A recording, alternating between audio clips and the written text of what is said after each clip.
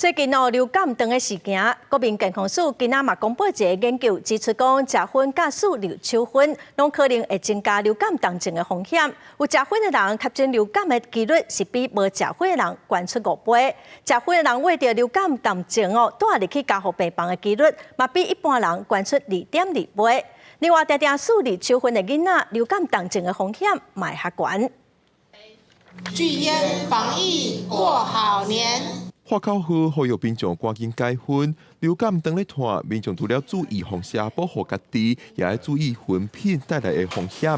国健署指出，偏无食薰的人，确诊流感的可能性是5倍，甚至会影响身躯边的人，因为病病拢是为着流感的儿童，有接触二手薰的儿童，重症带儿童加护病房的可能性是4.7倍。你每天的香烟的一直暴露，那你的气道本来就是一直在每天在发炎的反应。当你得到感冒的时候，或病毒感染的时候，更容易感染。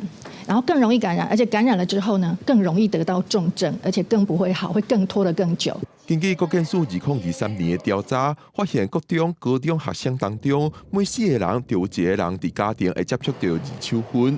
另外，同款互人烦恼的是学生使用电子薰的比例。长期的趋势有咧提悬，根据统计，有使用电子薰的高中生为2014年的2.1%，要10年后2023年提悬到6.3%。在中央有成立跨部会单位的合作，那如果说我们学校有采取到或者卫生单位有觉得青少年有吸食这些电子烟的违法产品，那么必须交给我们警政单位来追查及源头。国健署表示，除了透过下部会的合作追查电子薰的源头，针对校园，国健署也参教育部合作，加强校园内防薰害宣导。